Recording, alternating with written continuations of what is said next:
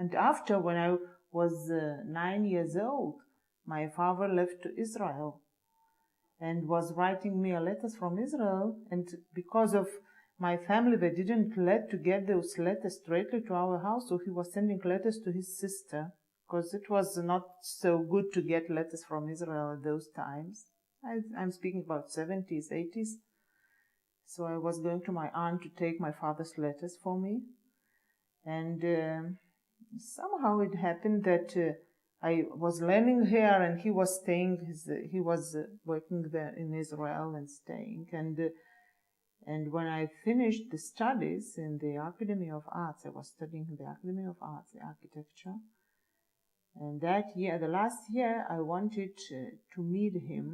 I called him for the first time after those 20 years that we, no, not 20, 15 years maybe that we didn't meet. I called him to Israel and I said that let's meet in Budapest.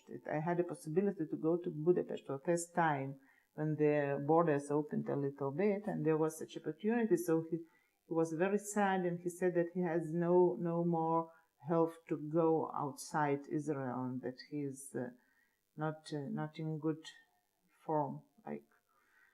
So I went myself to Budapest without seeing him, and after a month after that, he died.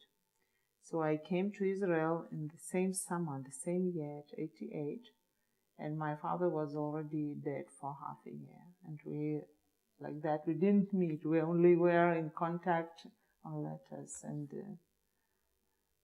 that is a sad story because of all that, closed borders, and we were sitting here. And now it looks very simple when you open Skype and you are talking with everyone in the world. And then I remember I was so much excited when I was talking to him for the first time by phone, and someone was listening in the middle what I'm saying, and it's like, now it sounds like from some, I don't know, Hitchcock story, but it was alive.